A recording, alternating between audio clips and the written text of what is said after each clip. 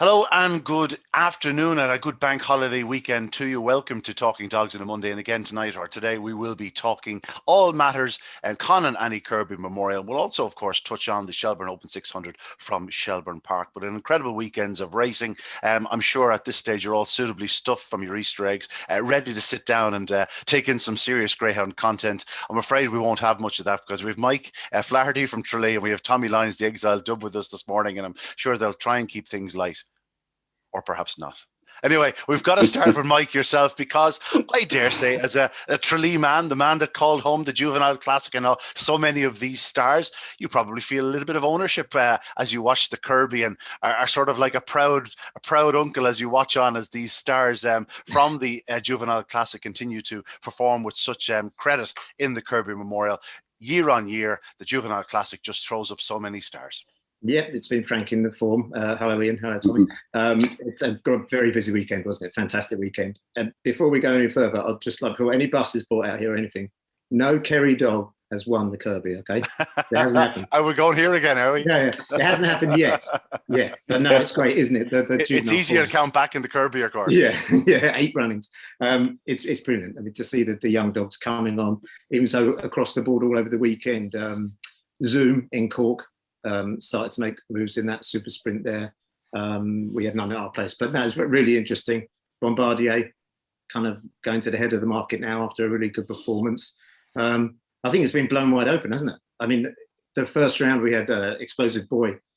It kind of made a false market of it. There was kind of value to be got in the dogs down below him. They went so short with him.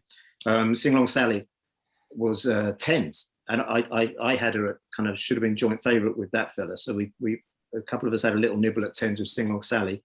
She qualified, she did okay, she's still in there. Didn't break that well. But I mean, it's wide open, the Kirby now, absolutely wide open. The 600's going a bit more to form, but I suppose we're going to start with the Kirby this morning. We sure are. Mike, thanks for that for the moment. Tommy? A lot to talk about in the Kirby. It was all happening. You know, there was heats where dogs were moving in, dogs moving out, traffic, missed kicks, dogs getting involved. You know, it was just one of those nights where you were sort of half expecting the unexpected in some of the races. I tell you, Ian, I hope I'm right about this because I have it in the paper, but I think only 2 of the first round heat winners managed to follow up. There were so many that just missed the kick or didn't, do what they did the first round. But it is that type of track. You know, it takes a bit of getting used to before you get, before the dogs get completely au fait with it. There wasn't anything that surprised me in many ways because you kind of expect upsets, but I was disappointed with quite a number of dogs. And it does, like I would have thought Sing Along Sally wouldn't have had much chance of winning this, to be quite honest about it, before the last round. And even though she got beaten the other night, I think the way the stake is breaking up a little bit, that she has actually got a chance because she can find a little bit more consistency. We know how good Pat Buckley is with the dogs, and he has a great record in the competition and all that. The only disappointment, the real disappointment, is that I thought we were going to spend an hour talking about Billy's Diva, to be honest. Yeah, she did plenty well at Shelbourne Park. She sure did. I just wonder if she had got through that opening round at Con Annie Kirby and had run on Saturday night and won again. Because she's inches away from winning the opening round, and had she won the second round, who knows what she would have. She wouldn't have been a big price, I dare say, if she had got through that first round at this point in the Kirby. Yes, of course, there was a second round to deal with. But listen, we'll get on to Billy's Diva later on. Tommy, harking back to former romances. That'll get you in trouble, Tommy. You're a married man. We're going on. We'll go through the heats, lads. We might as well start at the start, as they say. As Tommy alluded to, only 2 heat winners from the opening round followed up. They were Deadly Destroyer and, bear with me, the bitch, Fabulous Azura, who ran very well. But we'll kick off in the opening heat. Bombardier or Bombardier. Bombardier I'm going to stick with. I think it just comes off the tongue a bit easier as regards commentaries and whatnot. So let's just try and make that stick, Mike, if you don't mind. Bombardier. The Pat Buckley trained star. He's not blessed with massive early speed, but he's a good trapper. And once he gets to the front or gets around that corner in front, there's very few greyhounds that will pick him up because he's extremely strong. On Saturday night, he had the benefit of the inside draw and he made full use of it. A flying start, winning in 28.31 of a 16.25. It was a good run by him. Pat Buckley, we know his record in the stake, Mike, very impressive by Bombardier. And if he keeps getting that sort of a start, he'll be a big player. Yeah, you're right. Pat Buckley knows how to win this. He won it in 16, 17 and 18. 𝗘𝗽𝗿𝗯𝘆, 𝗫𝗫𝗍𝒑𝒂 and 𝗘𝗽𝗍𝒍. So he obviously knows how to get around. Bombardier, I like. He was a big market. Bombardier, we're sticking. Sorry, Bombardier. He's gone from 25s to 8s in the market now. He posted, I love what they're doing at Limerick. I don't know if this is this year, it's different, but the first sectional, which is like 10 yards from the line, and then they have the second sectional, and they're posting the second sectional in the field. But the first sectional goes on the card, which is fantastic. So it means you get 3 sectionals. Yeah, if you do your work, you get 3 sectionals and the finishing time. Yeah. You know, obviously last week I wasn't prepared. I didn't have the first sectional. At the second sectional, the third sectional. No, it's really time, good. I mean, every racing manager in the country is going to hate what I'm going to say now. But wouldn't it be brilliant if all 3 sectionals could get on the card? Yeah, I'm wondering how that's happening. I suppose it's because of see in Shelbourne Park, as far as I'm aware.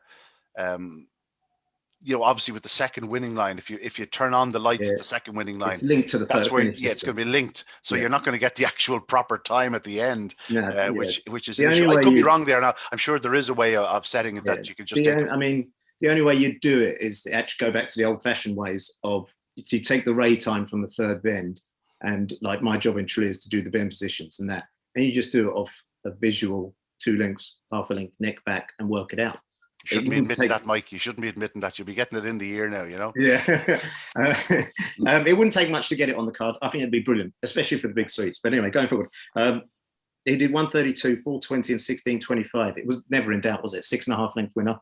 Very impressive, and has really put himself in the top 10 in the possible chances of another win for Pat Buckley. Second place, 𝗫𝗫𝗍𝗶𝗍. It's the youngest left in the competition. Another decent bitch who did nothing wrong. Slightly crowded at the second bend. Wasn't going to get to the winner, but she's still there, and she's obviously still young, very open to improvement. They're all young. And Epic News, who's a brother of 𝗫𝗫𝗍𝗶𝗍, I believe, which is we were just referencing there. He overcame a lot of trouble to qualify, staying on. Needs a wide draw though in the next round. I've got the draw here somewhere, but I can't remember where he's drawn. Yeah, he definitely probably doesn't want to be in that close to the inside. I thought he ran well in the feet, actually, Tommy. He's just a dog that just hasn't got loose yet. You know, by all accounts, he's capable of going up a bit better. It's probably all about Bombardier, but you know, 𝗫𝗫𝗍𝗶𝗍, you know, she had shown real promise in that stake down in Newbridge, and you know, 1 or 2 were sort of tipping her up nearly for this heat the other night, and I just didn't quite see it, but I could see why they were. I thought they were expecting her to race prominently. In the end, she's beaten 6.5 by Bombardier. It's hard enough to see her reversing that type of form, but you know, likable displays by those in second and third. But Bombardier was just simply too good for them. It's just a mention. 𝗘𝗽𝗶𝗍𝗶 went out in this race. He took a fall, but he galloped on strongly. He would have been a dog that many would have fancied to go a long way, given his racing style. The same for Bruno. He got involved in early bother and just couldn't get there quick enough at the finish. He big finish, and Adam and Best, the early pacer, completely missed the kick. But Tommy, what were your thoughts on Bombardier? I thought it was a classy display. I don't think it was a very strong heat in many ways, and so he was probably allowed to turn as close as he did. Maybe he was only half a length up at the first bend. Like there are tougher tasks ahead, but I really liked what he did down the back. I think actually, in fairness to him, even around the last 2 bends, he was strong. He was strong there as well, where you're kind of putting the race to bed. If you're doing it all from the last bend home, you're probably in trouble in a lot of races, particularly at the very top level. But if you're doing it before that, if you begin to do it before that, which he did, I was quite impressed, I have to say. I quite liked it. Now look at it; there are a lot tougher tasks ahead. It wasn't an extremely strong heat. We knew from the previous week, and we knew from its previous form that 𝗘𝗽𝗶𝗍𝗶 wasn't really suited to the 5.25 and to the track and everything. It was actually close enough the other night to win. It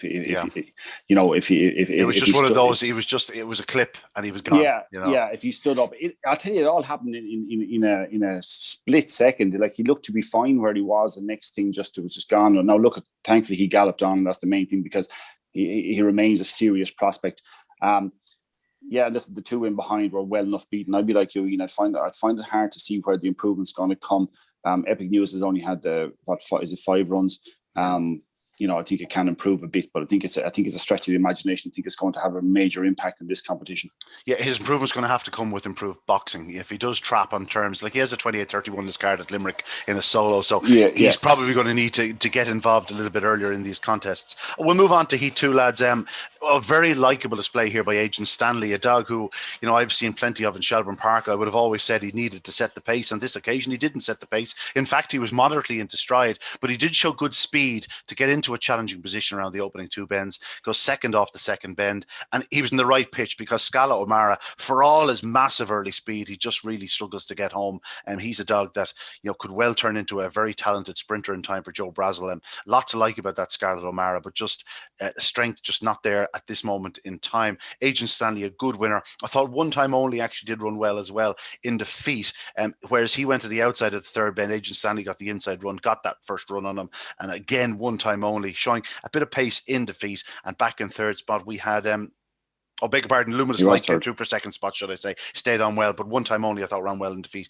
in third spot. But a lot to like about the first, second and third. But is the Kirby winner going to come from this heat? I feel if there is a Kirby winner to come from this heat, they're probably going to be a big price in the final and need to absolutely hammer out of box. Yeah, this was one of the, I think Racket Hall Leo was slightly disappointing here. Tommy was saying that there was a few disappointing runs. I looked at the race about 3 or 4 times trying to make an excuse for him. He slightly touched at the first bend, but that's about it. He just never really got into the race. Slightly a slow start and just never got there. Winner did well, but the line came at the right time, didn't it? It didn't. The other Luminous Light was absolutely flying. Yeah, he's not going any further. Luminous Light probably does lack the early needed, but he's just a nice, strong running greyhound. It was only his 4th start, and his first time in the first 3. So, we're not going to rule him out completely, but he is March 19. He is 2 years of age, but he just could be one of those dogs that just needs a little bit of age, Tommy. Yeah, well, what I liked about the performance of the winner, and actually it's exactly what you just said there, with Luminous Light lacking a bit of early pace. About 50 yards from the first bend, the winner's in real trouble.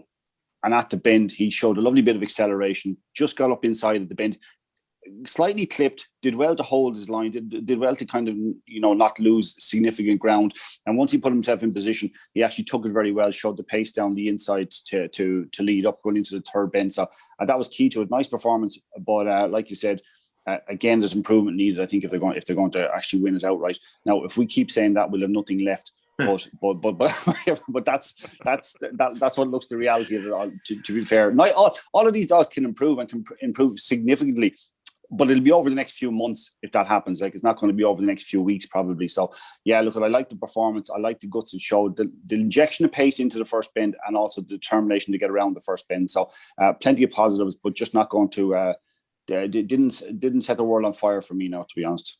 Yeah, delight for Mary Gilbert, and I got to mention Pat Flanagan and Erwin Birkmeyer, Pat in particular, a good friend going back a long number of years, and absolutely loves his dogs. And when things are going well, things are going well. And a big Wolves supporter as well, so his football team have been doing okay for the last year or two. Moving on to Heat 3, the Con Annie Kirby Memorial Heat 3, and here I thought this was an absolutely unbelievably good display.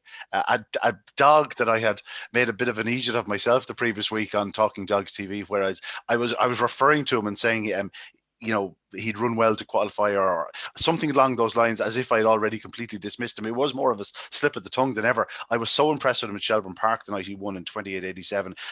It was much as the way he absolutely hammered home. We saw that on Saturday night. This is a dog that has come forward so much. This was 3-4 grades higher than anything he had raced in prior to the Kirby.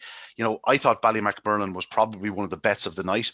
He did have to work a little bit harder to get to the front, but when he went to the front, I thought, right, that's it. Game over, ball burst. I'm collecting a few quid here. And all of a sudden, Derby's Delight unleashed this charge up the home straight. He flew home. Most impressive. Out front, they were doing 16-11 to the third bend, Deadly Tornado. And, 𝗏𝗏𝗏𝗏𝗏 was just in his heels, but Derby's Delight just came by them as if they were stopped him to run in. Very impressive. Well done to Neelis Connell and owner Conor Byrne. Derby's Delight, Michael, did it catch you out? Had he caught your eye in the opening round? No, absolutely. When Merlin hit the front, Liam's dog, I thought, that's a winner for the Dowling kennel there. And then he's not going away from him. And this thing, as you said, from the fourth end, absolutely took off. And you'd kind of looking down the card going, Derby's Delight. Oh, wow, yeah, nice one. Neely has a few runners down our place. So it was great to see. I think as equally a good performance in qualifying was Ballymac Belleville. If you look where he is turning out the second bend, he's like about half length behind in 6th. He makes incredible ground up to found trouble, missed his break. He can break better than that normally. Needs the rails. If you see out of traps, he goes straight across. So again, I haven't looked at the thing. I would suggest of all the runners left in the Kirby, he's probably the most draw dependent, given his lack of early speed or apparent lack of the early speed needed for this sort of company. it's when he's on the fence he's going to be a danger. But other than that, he's going to have to work too hard to get there. Yeah, I don't think we've seen the best of him yet. No, I think no a lot question, of Liam's dogs, I don't think we've seen the best of him. We're going to talk about cash out in later on in the day, but like, no luck there. I just don't think they've hit the front yet, and it's just because of bad luck or draws or something like that. But as you said, Belleville definitely has to have the inside, which he hasn't got in the next round, so he's going to struggle again because he's kind of the greyhound. He will wait to get across. Yeah. He won't dive in like he did last night on Saturday night. He waited, went across, but made up incredible ground to qualify. Absolutely amazing ground. Deadly Tornado obviously doesn't stay, but one of the quickest 3-bend sectionals in the round 16-11, as you said. Will the winner come out of this heat with improvement? You could see maybe Ballymac Belleville getting lucky and keep on qualifying and maybe getting a draw in the final. He's up there in the betting. He's still 25s. The big move there was Derby's Delight. It was 151 lining up on Saturday night. He's now 25s. So a big market move there, and impressive. Obviously, more to come from him as well. Yeah, lots to like about them. There's 3 fast greyhounds qualifying here, Tommy. I'll admit I had a few quid in Ballymacmurlin each way at 50-1 prior to the round because I thought he probably looked the most likely winner. I thought his price would probably be half if he got to the front. I wasn't disappointed with him. I thought he ran well because I was expecting him to lead early. But Derby's Delight, Tommy, is a dog that's, if you look at his improvement over the 3 or 4 starts he's had in his career, where does it stop? And who's to say this fellow can't improve his starting? Because he's obviously not trapping yet. But if he did, he certainly has the engine to be a really top greyhound. Yeah, there was a bit of depth in this race, because Ballymacmurlin had looked a good dog. We talked in depth about Ballymac Belleville when he was in Tralee. Deadly Tornado was in the race. Those days are gone and showed an awful lot of pace. There was plenty of depth in the race, and that's what I liked about the performance most. Again, he had to kind of pick his way through the first bend, through kind of crowding, or not crowding, but maybe. Well, he was only 5th into the corner, comes out of a third. He did show a bit of tracking, and yeah, that's what he did. He actually did show a nice bit of tracking ability in the race, and I think that's encouraging for. He's a dog that is clever enough to kind of cope with the track. The first bend can be tricky. He was just really, really good around it. I liked it. I just have this feeling, Ian, as the competition goes on, we're going to get something that really loves the track and is going to have the early pace. I know that everybody who talks about Limerick always says you need to stay well, and you do, and it's a long run to the escape and all this sort of stuff. But we're going to get things that the track is going to warm up a bit. It's going to be a little bit even quicker than it has been. So you're going to get the dogs that's going to struggle to come from behind. So you would like to see. The most important thing is obviously qualifying in the next couple of rounds, but you're going to see the dogs that get out in front go that bit further clear. So a very encouraging performance. Ballymacmurlin, I was disappointed with him. I know you said you backed him. I mean, I thought it was all over. I'm the same with both of you. I thought it was all over once he hit the front. He showed terrific pace. He's a seriously fast dog. There's no need to rub it in, Tommy. You know that. Yeah.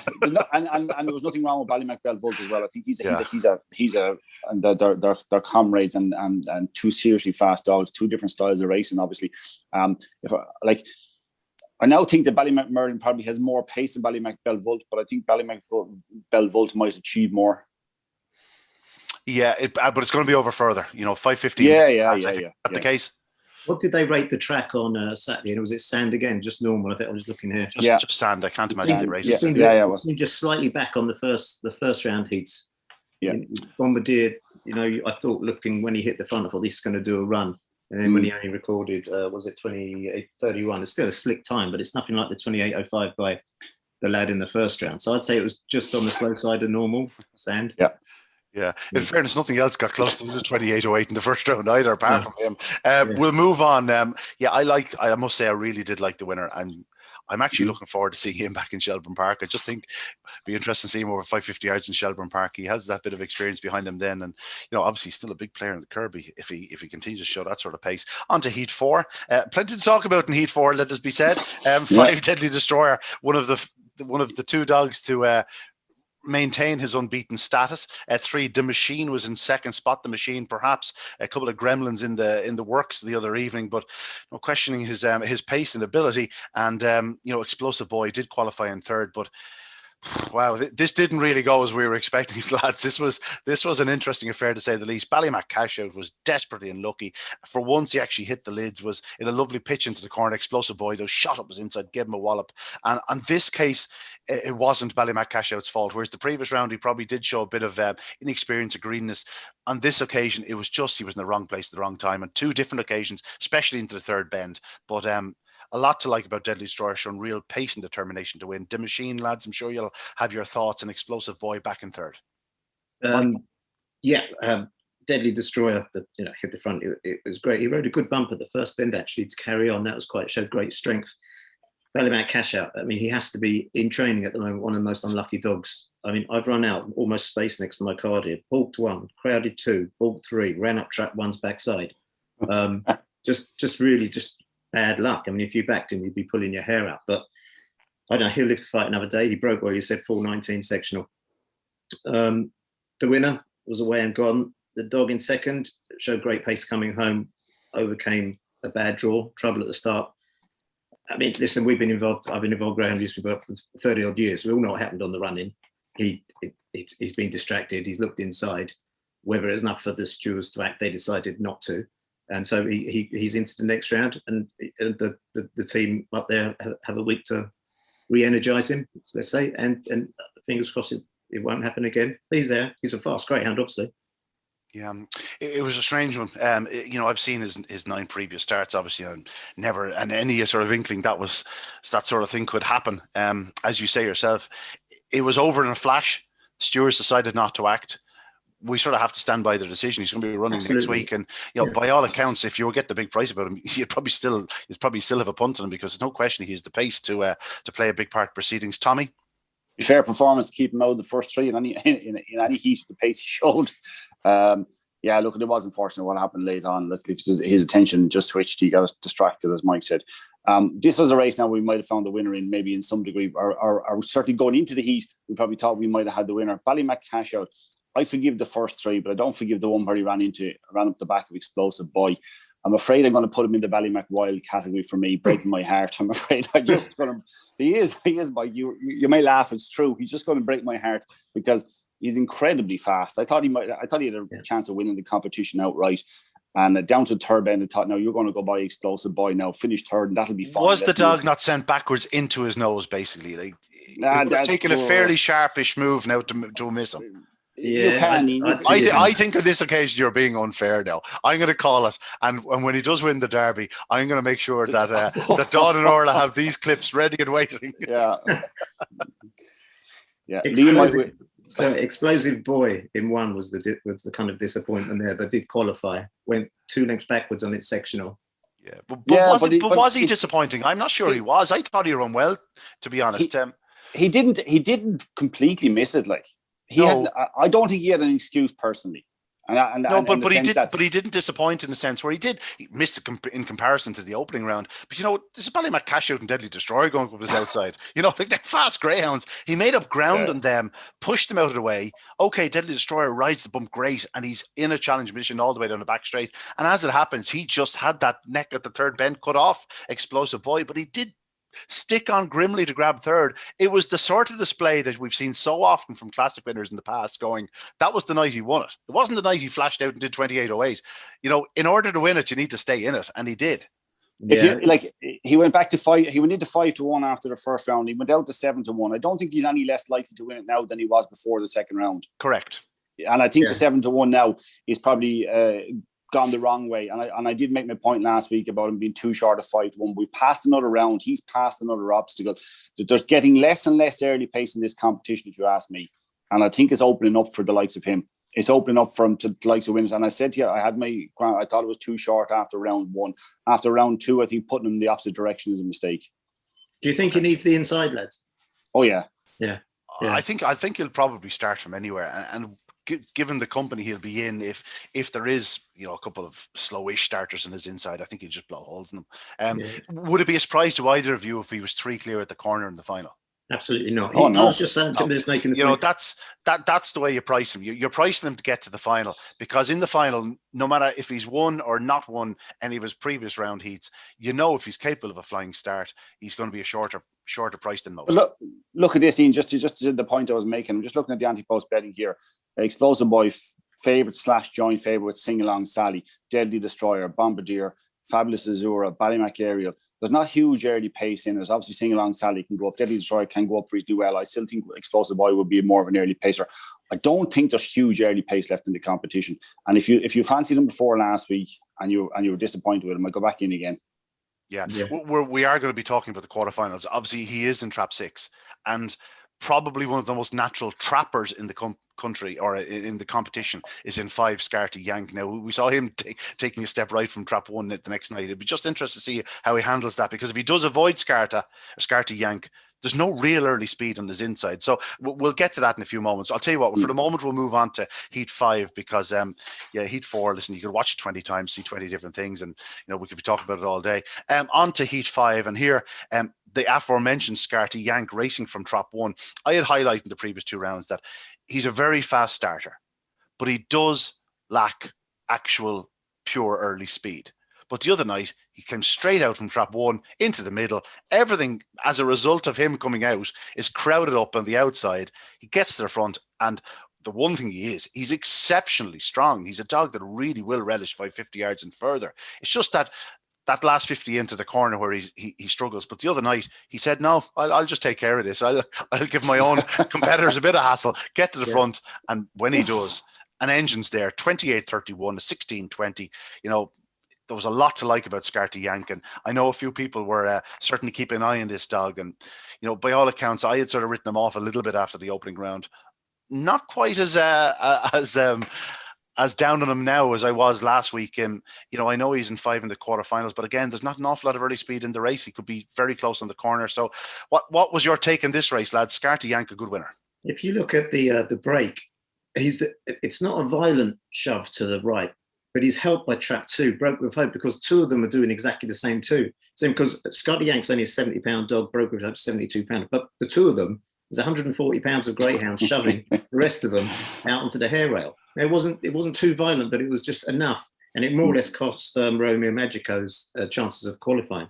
And Droopy's fittest, of course, we lost as well. Yes. Like two of the most impressive opening round winners. 𝗬𝗏𝗀𝗀𝗀 had the fastest first bend section of 124 of the heats. So that's how quick he came out, whilst also being slightly impeded, leaning onto Trap 2 to get across. I was impressed with him. And obviously, as you mentioned, Ian, he stayed much better than he did in the first round. But he's proved, can he win from the inside? Obviously, because he did it on Saturday night. But he'd much rather see him outside, middle, or... You would. I dare say the connections have no problem with if he was to get Trap 1 and do that every night, because it's his best chance of getting around the corner in front. Yeah, that's the steward in me coming out when you see dogs. That dog should have them on him.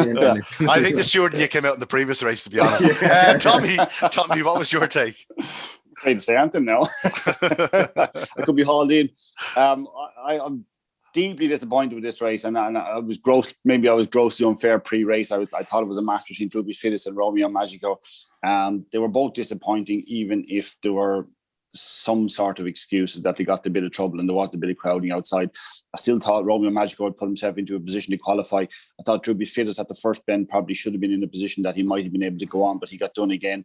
I'm can't take anything from the winner, 𝗬𝗏𝗀𝗀𝗀𝗀. That was a nice performance. There's a slight bit of intimidation as you're moving out, you know what I mean? Where if you have a dog with a bit of a brain, and these seem to be 6 reasonably clever dogs, in the sense that they could all see what was happening and they were trying to avoid it, and it didn't help for them all. Naturally, some of them wanted to switch inside because it's what they do, and they just couldn't avoid the bit of trouble. So it's disappointing when a heat works out that way in some ways.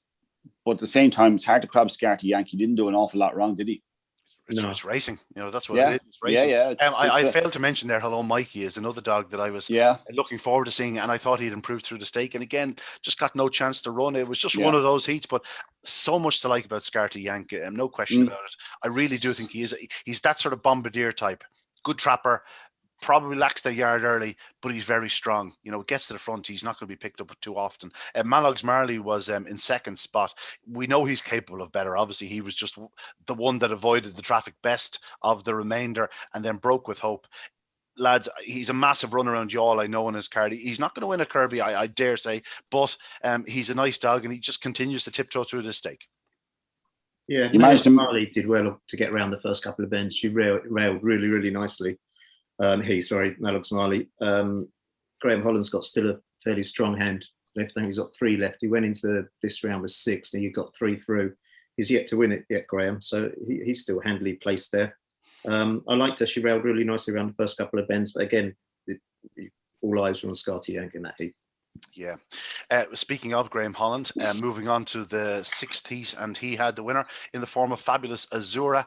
A lot to like about this lady. We've said it before. We said it last week. She's now won 5 of her 7. She was one of the standouts in the Rural Hawaii. It stood unraced. She was very impressive in the opening round. Very professional display. Things worked out in her favour with her rivals edging right from trap 1, and she was left in trap 1. She herself moved right, but the other night didn't matter. She flashed out. She made every inch. 28-26. Very taking display. I don't know what else to say about her. So likable. 𝗲𝗍𝗶𝗀 again running, or beg pardon, 𝗲𝗍𝗶𝗀 running a big race in 2nd spot to deny 𝗲𝗍𝗶𝗀𝗆, who it just isn't quite happening for yet, but it was probably a bit better the other night. Mal said in commentary she's showing modest improvement. This 𝗲𝗍𝗶𝗀 is a very fast greyhound. She did take a length off and down the back straight. There's no question it's better to come from her. We still haven't seen anything like her very best form. She's still a big player. But Fabulous Azura was away and gone. If she keeps trapping like this, lads, from reasonable draws, she'll be thereabouts in the final. There's nothing to take away from that performance whatsoever. It's just a thoroughly professional performance. The sectionals were good. The clock was good overall. She didn't make any look for herself, because in the sense that or nothing you had to help her to make the bit of look. She just popped out and was in command early. We said after round 1 that 𝗲𝗍𝗶𝗀𝗆 was more than a race away from producing her best.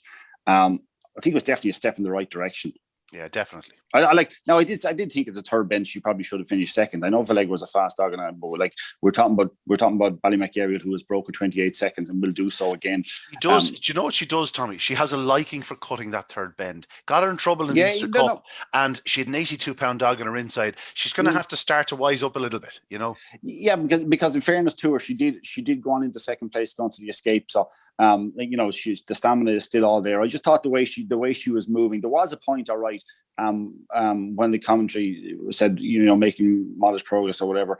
I thought that it was going to be a little bit better than that at that stage. I thought she was going to pick up really, really well. I thought she was a live danger actually down to the 3rd bend. I thought she was a genuine danger before she got to the 3rd bend, and she's beaten 3 lengths in the head. But it was still, even though I don't know that she's ready, she's had to show me more. It was definitely a step in the right direction. I think when 𝗲𝗍𝗶𝗀𝗆 hit the scene, we were all of us were a bit guilty of hyping her up, and this is the fastest bitch in Ireland. Yeah, Hands up. I said we. Hands up. I was being kind. I'm not. By the way, I'm not dampening this hype. I think she's an absolute superstar. Absolutely. Just put that out there. Absolutely. But if you look at the performance, she broke exactly the same as the first round. She put in 142 to the first line, and then untouched. I've got every chance. Started to move well. That was her performance. Now I think she is capable of faster. Around there, and she, Liam Dowling is a fantastic trainer. He knows what he's doing. He knows what he's got left in her. I mean, she's just turned 2. That was her 11th race, and all those races have been at the top end of the scale of class and open class, obviously. So, I think there's more to come, but I think, she might just be there. I don't know how much more is to come, but she might be there. But I like her. I mean, how would you like Liam's 3 dogs left? Merlin, Belleville, and Ariel.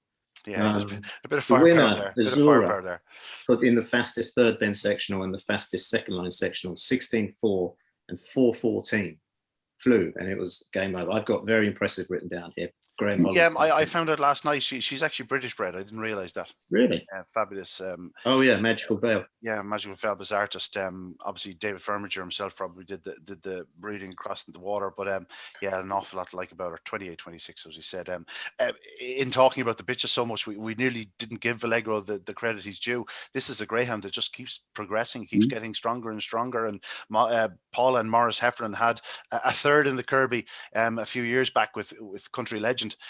It'd be no surprise to me to see this fellow in the final. Yeah, you'd like 100 to 1, wouldn't you? Yeah, certainly would. Before he lined up. He's back into 25s now in most books. Well, if you're matching Ballymahary at any point of a race, you're not too bad. Yeah. Afraid any greyhound I've ever owned wouldn't do that. Yeah, we just have to mention the 3 dogs that went out, because this on paper was probably the strongest of the 8 heats. 𝗶𝗶𝗶𝗆, it just didn't happen for him. You know, he probably needed that extra look or two around Limerick, and just not coming away from boxes, and you know that was to cost him. Vigorous Buck, you know, a fine run when it was left in his lap in the opening round, but he's one for the future. He'll want a bit further, I dare say. Viper's Buzz, who was such an eye catcher in the opening round, excuse me, didn't happen for him on Saturday night. But I have no doubt that there are some big races in Viper's Buzz. Yeah, no argument there, Ian. Just didn't happen. The 3 of them, 2 and 3 got caught behind the 𝗶𝗶𝗶𝗆 and Vigorous Buck, and 𝗶𝗶𝗶𝗆 showed a bit of pace into bend, kind of carried Vigorous Buck or prevented him getting around the bend cleanly. They never got competitive there after Viper's Buzz kind of moved off. Did well to stay up, actually, took a stumble and did actually well to not actually fall over. Yeah, but when you're trying to pick up the 3 in front, you really have no chance, do you? No. Oh. Yeah, onto heat 7, and here you know, the aforementioned Paul and Morris Heffernan had a good winner. Is it 𝗘𝗏𝗶𝗆 or is it 𝗘𝗏𝗆? Tommy, have we come to that? Have we come to an agreement on this?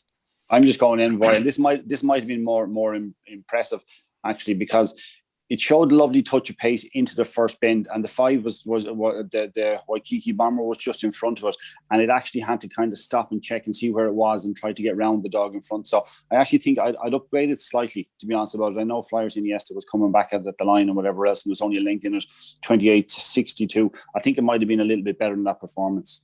Yeah, I thought the winner ran very well. A lot to like about him. Again, out of higher level. She was a fair tool herself. Mike, I'm sure you'll want to mention 𝗧𝗹𝗏 in a few minutes. It's not really happening for him. It was just a very flat display to halfway through tonight. Just never got involved. It's not his trip. It can't be a trip. I've got here. Why didn't he go to the 600? Not so obviously with the money on offer at the Kirby, the 80,000. I just thought he was showing more zip in Tralee. I just don't think he showed any zip the other night, and I just wonder, is he just wallowing a little bit at present? He's probably a dog that'll probably see better in later in the year. He's obviously a big dog as well, and he's just gone. He had to come round. He had to come round track 5 around the final bend to actually qualify. So I think he's done well to qualify, but going forward, I don't think he's going to be able to run that kind of run and keep qualifying, quarterfinal, semi-final, final. Loves the rails, obviously, great finisher. His future isn't over 4 bends, I'd imagine, or it's a much longer trip than this. Again, it's still very, he's only just turned 2. I think that was his 6th race. I like him from what he did, in the juvenile and going forward. Probably, we haven't seen the best of him yet. I think there's a big run in him still. Well, there's no question it's a big run. I mean, I wouldn't be surprised if it was over 550 yards or, in the near enough future. I still think he's a big future over 4 bends. Tommy 𝗧𝗹𝗏, you've already mentioned 𝗘𝗏𝗆 and Flyers Iniesta, who did run well in defeat. But 𝗧𝗹𝗏, what's your take? Mike's reputation is on him anyway, on the line. No, I'm joking. I think he's a slow burner. And I hate when we hear everything is about Shelbourne Park. We know it's the best track in the country. We know it's probably the best track in the world in terms of galloping and clear track and all that. I hate when we talk about best commentators. Sorry, best staff in the world as well. Yeah. But you know what I mean. We can't it's obvious, but we don't have to kind of reiterate it all the time. I think he's been to 2 tricky tracks that take a bit of take. Educated dogs or dogs with a bit of experience tend to do well. Tralee can be tricky. It's a great education. And going from Tralee to Limerick, it's quite tricky. It's quite tricky. As regards 𝗧𝗹𝗏, all roads lead to Shelbourne Park. But for a dog like him, where he doesn't have the early pace to kind of get a clear run and just figure things out that way, he's always kind of looking at dogs in front of him and seeing where can I go. And he obviously has a preference for the inside and trying to slip through along the rails and things like that. Gaps aren't opening for him at the moment, and they probably won't for this competition. But yeah, he remains a serious dog, and we can keep that little bit of VT or whatever we have of Mike anyway. We can celebrate him the day he does 29:40 and fight over 550 in Shelbourne Park, or breaks the 750 track record. And we'll be all hail Mike. All hail Mike. Yeah, I think we did mention 𝗘𝗏𝗆𝗶𝗏𝗆. He went straight for the fence as well at Trap Rise. He's another guy that's going to be turning left in the next round. So No, he's gone. He's sorry, in he's fifth. gone. Yeah, sorry, he's gone.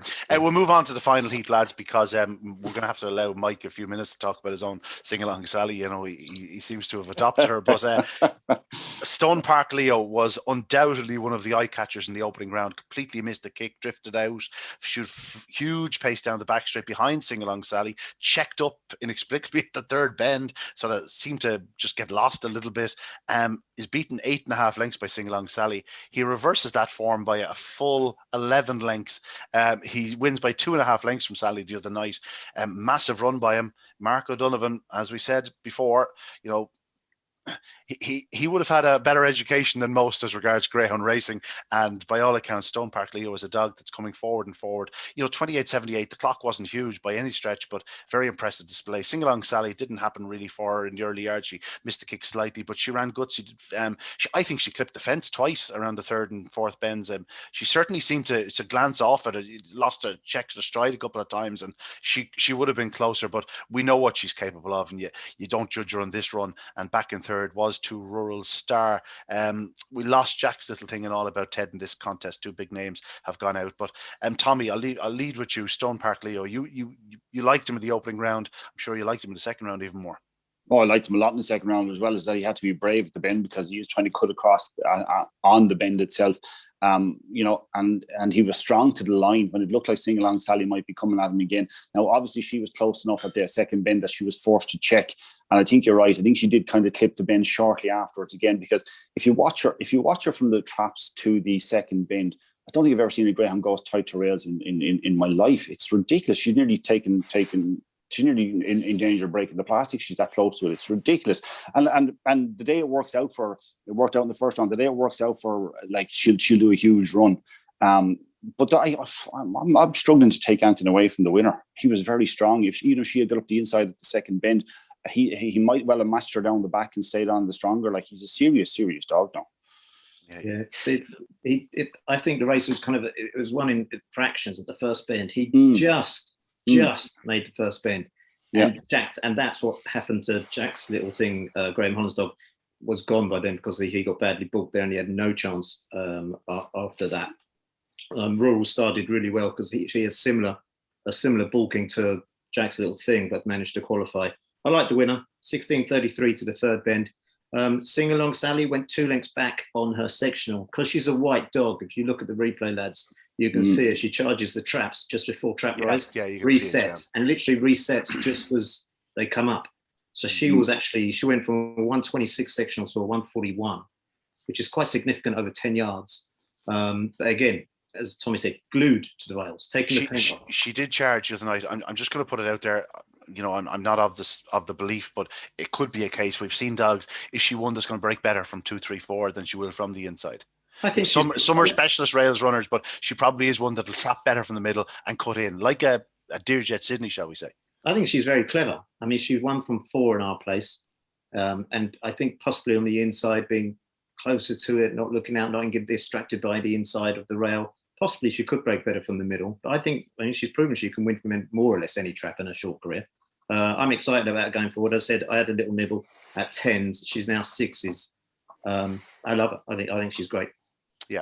Okay, we'll move on to we'll take a quick look at the quarterfinals. Just we'll race through these, lads, because we do want to spend a couple of minutes on Shelbourne. He's one of the quarterfinals. You know, we spoke about it, Explosive Boys out in trap 6, but if you were to pick 5 runners against them, you know, maybe with the exception of 𝗬𝗏𝗏𝗏𝗏 in those first 10 or 15 strides, you'd be fairly sure Explosive Boy would get across if he avoids 𝗬𝗏𝗏𝗏𝗏. Yeah, it depends. I think it's all dependent on what 𝗬𝗏𝗏𝗏𝗏 does at the start, isn't it? I don't think he's going to take a right turn, obviously, like he did the other night from trap 1. No. If he does anything, he'll probably edge in. But surely, Explosive Boy, if he hits the lids, he'll probably outpace him into the bend, Tommy. Yeah, over a different trip and track, but he's won from trap 5 and Thurles. So he's done it from the outside. It's going to be interesting, isn't it? It's one to look forward to. You'd expect those two to come through that with the machine. He's obviously strong and he'll be finishing well. Yeah, the outside trio for you, Tommy. They'll do well. They'll do well to qualify the three of them because it is tricky. You know, what if Explosive Boy outpaces 𝗬𝗏𝗏𝗏𝗏 into the bend? Does it cut across 𝗬𝗏𝗏𝗏𝗏𝗏 and does it leave it in trouble? Quite possibly. I'm not sure how they'll get. I think off a level start. Explosive Boy's too clear of him at the bend. Yeah, but like That could be the key. Like the 𝗘𝗽𝗶𝗀𝗆 Yank has in his last 3 runs in Limerick 124, 127, 124. I mean, that's fairly serious, consistent. isn't it? Like that's at that level. 𝗬𝗹𝗶𝗀𝗆 did 125 when absolutely flying the boxes last week from trap 1 from an ideal draw. Like 𝗬𝗹𝗶𝗀𝗆 can't afford to do 130. No, I agree with Yeah, Tom. I will disagree with you because obviously there's another 4-second run into the opening bend, and I do think that 𝗬𝗹𝗶𝗀𝗆 is without question probably 2, maybe 3 lengths faster than 𝗘𝗽𝗆 Yank from that line to the bend. Well, that goes back to our argument, lads, about getting the second section along the form guide. Yeah. If it was there, Yeah. Well, we know that nothing lived with 𝗬𝗹𝗶𝗀𝗆 in the opening round. He was 2 legs of nearly faster than anything else in the opening round to the second line. Yeah. I'm going to put that down to. I'm just going to put that down for win for me. We'll move on. Heat 2.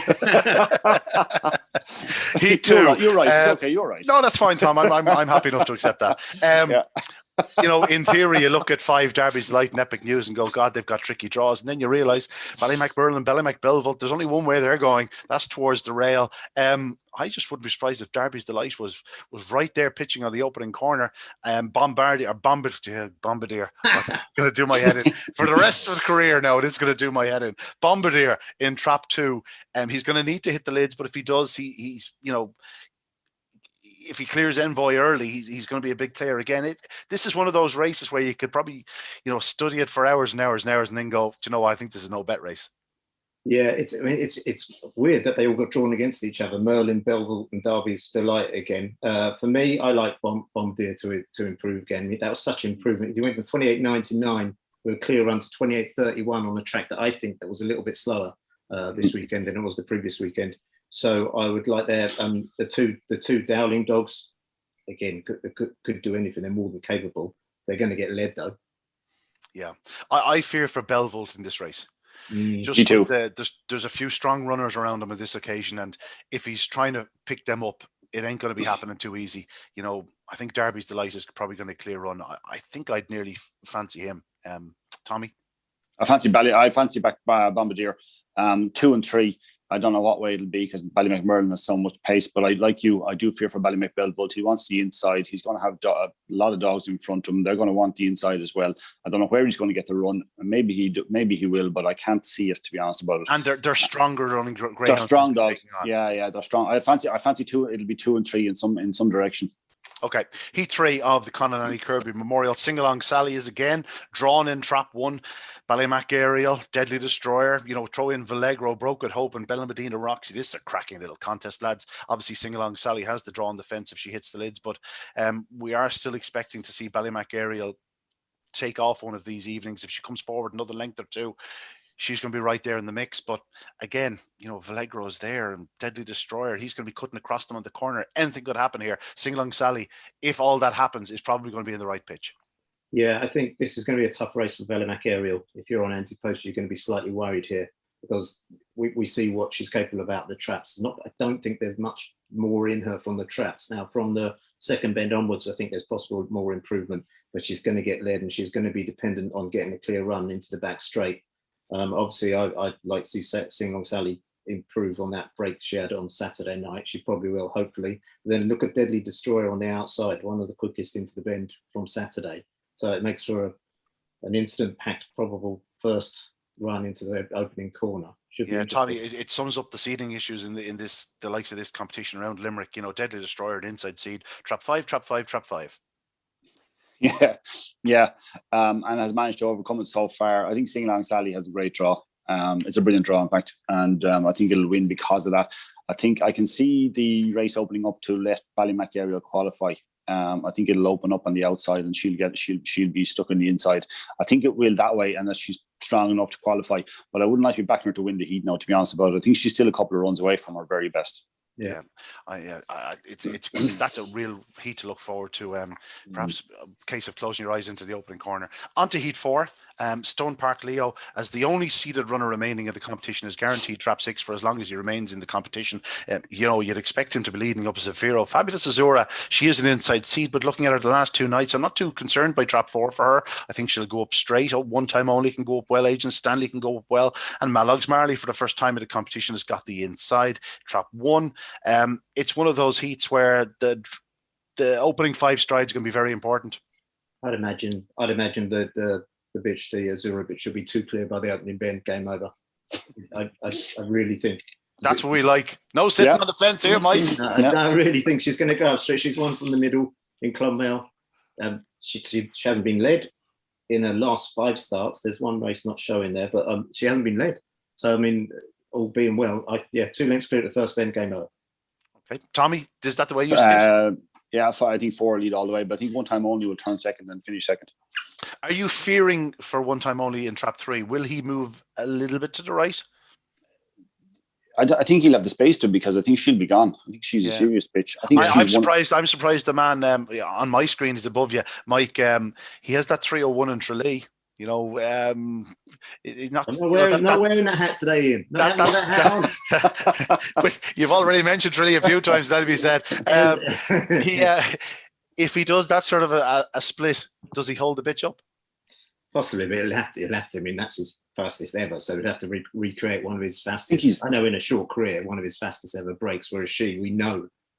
She's just an absolute metronome at the boxes, really. Yeah, I'm with Mike here. That I think the track was back the other night. I think when any dog that improves significantly on a first round run deserves plenty of credit, more than even the card can possibly say. I think it was a serious one. She's another one that has the potential to join those band of unbelievable bitches in the country at the moment. But I do think at One Time Only is the danger. I think it's the only danger. Okay. 𝗃𝗽𝗏𝗯𝘆 Park is a good dog, though. Hopefully he'll qualify. Yeah, lads, I'm just going to put one question to you. Well, actually, I tell a lie. I'm going to put 2 questions to you.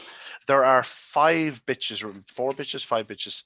1, 2, 3, 4 bitches remaining. It means there's 20 dogs. First, I'm going to ask you, what's the likely winner of the Juvenile Classic, Mike and Tommy? I'm going to stick along with Sing Along Sally. Tommy, the Juvenile Classic. Oh, sorry, I know. Con Annie Kirby Memorial. Here we go. Con Annie Kirby Memorial. In fairness to Mike, he's at the tip of the winner and he got it right. So you stand by that for the Kirby then, Mike, yeah? I do. Yeah. Tommy, what's your likely winner? I'm still a bit open. I think it's opened up for the early pacers, and because of that, even though I was against the Explosive Boy at the price last week, I think he's gone way too big at 7-1 now. He should have actually strengthened up in the betting, if anything, after last Saturday night, and I think he'll qualify. Even though it's a tricky enough draw next week, I think he'll qualify. I think 7s is fair, and if I had to back one more, I'd back 𝗃𝗏𝗆 𝗧𝗹𝗏𝗏. She's just a smashing bitch. Okay, last question. There are only 4 bitches remaining, but if I offered you the dogs versus the bitches, which would you take? God. Oh, wow. They're a pretty bloody good group of bitches again. Sing Along Sally, Fabulous 𝗧𝗹𝗏𝗏, Ballymacariel, and even Bella Medina Roxy's coming the right way. Maybe if we knew anybody in a betting in any bookmaking firm, that they might be able to price that.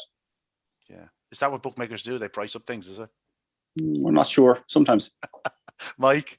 Well, on numerals, on the numbers, you'd have to go with the lads, but it would be great to see a bitch win it, wouldn't it? Go with the bitches. You got Sing Along Sally, you got Fabulous 𝗧𝗹𝗏𝗏, you got Ballymacariel, who's strong as well. Yeah, you've got the mix. You've got the mix of stamina and early pace among the bitches. Right, I'll tell you what we'll do. That's done and dusted. We look forward to the next round of the Con Annie Kirby Memorial. We'll spend 5 minutes here on Shelbourne Park. Paul Hennessy has won it 6 times in the past, the Shelbourne Open 600, in its many guises. He would have won it as a Guinness 600, I assume. There was 2 fine displays from his greyhounds the other night. Tommy Lyons has always been firmly in the Price's Jet camp, a very paid up member of the fan club, and very much a man that subscribed he should be an inside seed. The other night going into the corner, I feared he was going to check out wide and we were going to get a barrage from Tommy. He stayed absolutely tight to that fence, led off the second bend, wins well. Tommy, I dare say that pleased you.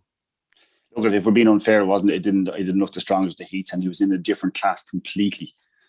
So I think what you do at that level, and you do when you're in a much tougher heat, are different things. But yeah, I was pleased with the performance. I thought it was pretty good. He is seriously fast dog. He was just a different level. They were like different grades, and that's not being unfair to the others, because he's just a serious greyhound. Let's just be fair about it. It was an open 600 and he showed class. Now, the beauty of these 600s, every single year, it seems to me now, and you could go back in history and prove me entirely wrong, but it just seemed that there's nothing between the heats ever. 2 or 3 lengths, like it regularly happens. No, it does regularly happen. There's no question about that. It feels like that. Okay, maybe it's a recency bias, but it feels like that. Yeah, between the 4 winners, there's only like 2.5 lengths. Yeah, and that's with 𝗘𝗽𝗏 throwing away probably 2.5 lengths on the run-in, because he just seemed to take a wobble halfway up Dom straight, like a drunken sailor to the line, but then sort of kept on into the escape. I just wonder, he's probably a talented individual with his own thoughts, but he certainly can play a part in proceedings because he's fantastic early speed. And that was 𝗘𝗏𝗏 in the opening. He Price's Jet, we've just mentioned. 𝗏𝗏𝗃𝗃𝗃 flying home. We're going to get to these last 2 heats, lads, because that's where we really want to focus your attention. 𝗏𝗍𝗶𝗆, we know how good she is. She popped out. She made all. 𝗏𝗏𝗃𝗃 runs a big race for much of the way. He's actually picked up for second by the very eye-catching 𝗏𝗏𝗃𝗏. That was a sensational run in defeat. Tommy, you would have been aware of her. Obviously, I don't know if you were in Cork on the night, but it was a massive run last time out. But this was even better. This is a cracking run because we know what I think of Billy's Diva at this stage, and she did exactly yet again what I say she did. She certainly has done from 2020 to 2021. She has found that bit of early pace. She broke well the other night, and just the first bit of acceleration, first 20-25 yards, you could see her just taking off again, Billy's Diva, to control the race. She ran on again to the line when it looked for a moment that like they might be catching her a little bit. She is serious, but to run her to 3 lengths, 𝗏𝗏𝗃𝗏 for such an inexperienced greyhound, it was just a huge run. 𝗏𝗏𝗃𝗏𝗆. Don't start, Tommy. 𝗏𝗏𝗃𝗏𝗃, I like him. I thought it was a good run now. I thought it was a good run. Yeah, I thought it was good. Yeah, it breaks my heart. Closing, but not getting to it.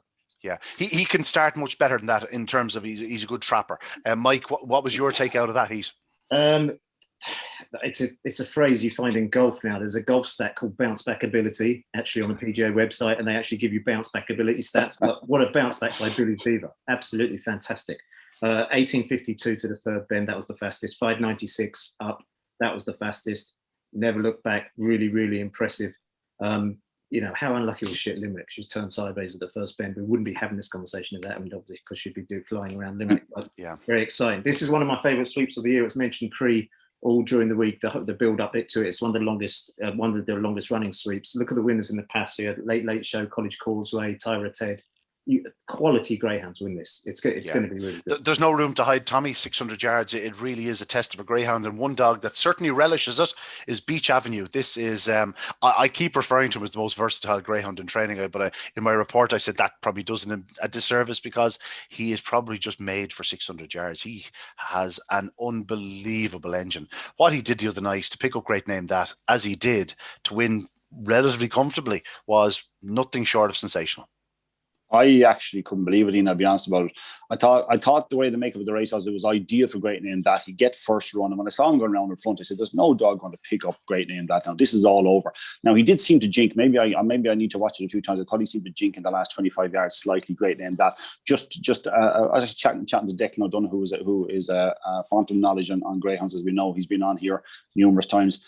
And we were just chatting, saying that maybe Great Name That just needed that run over the trip when you're changing trips and all things like that. He just thought maybe he needed that, and I still think he's a serious dog. But for Beach Avenue to pick him up the way he did, it took my eye out now, I have to be honest. And for it to do the fastest time and everything, it's a serious performance.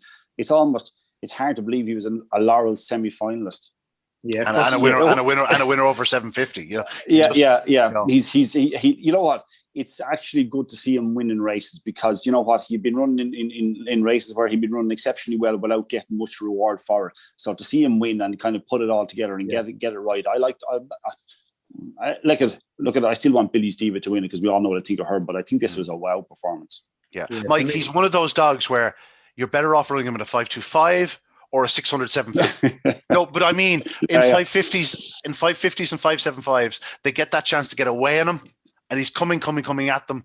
Whereas the 600, he has that extra 25 yards. Now, it didn't matter the other night. He was in front by the first winning line. By the second winning line, he was well in front. I'd say he took your eye out too.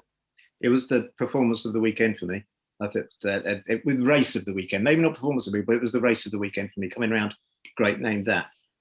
If you're going into the first bend, traps 1, 2, 3, and 5, they're all in the line. It's kind of one of those scenarios going, oh no, but they more or less all got around fairly untouched. And great name that was very brave going into the first bend. The sign of a really good dog.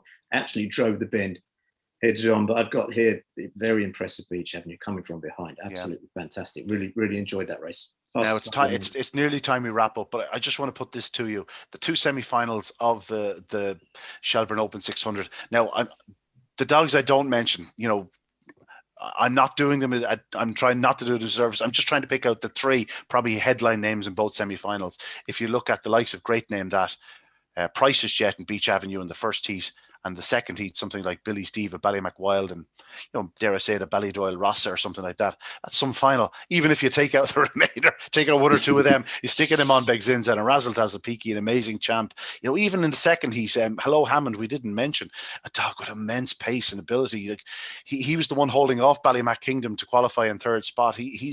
He probably is really suited his 600-yard trip. 𝗘𝗽𝗏𝗆, and even at 𝗏𝗏𝗃 ran a big race the other night. You know, it looks like no matter the result, we're going to have 6 cracking finalists going ahead in this. It's one to look forward to. Yeah, wouldn't it be great if all those you mentioned actually got into the final? If we had, I mean, we're in such a funny place in greyhound racing at the moment that we're behind closed doors, but, you know, we're driving on, we're doing it, we're getting fantastic sponsorship and racing. Wouldn't it be brilliant to have a lineup like that with the greyhounds you just mentioned? If the three of us could pick our 6, and it'd be fantastic, wouldn't it? For me, we haven't mentioned 𝗬𝗏𝗡 won it last year, but was the meat and the sandwich at the first bend in that heat. Didn't feel it. Beach Avenue, I'd probably be siding with, I think. Would you? Tommy, I'm fairly sure I know where you're going. You're going for a female winner?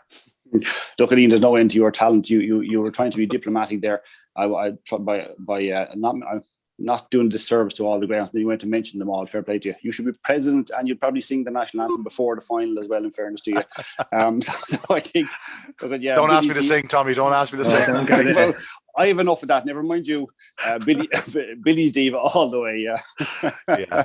Listen, two great stakes in you know, underway at the moment. The Con Annie Kirby Memorial is really starting to simmer along nicely. You know, we've lost a few big names, but there's plenty left, and really looking forward to the next couple of weeks. And of course, at Shelbourne Park, the Shelbourne Open 600 should also throw up a brilliant winner. What it will be, well, we'll soon find out. But that's it for Talking Dogs. Thank you, Mike. Pleasure as always. Tommy, a font of knowledge and an absolute slagging bee.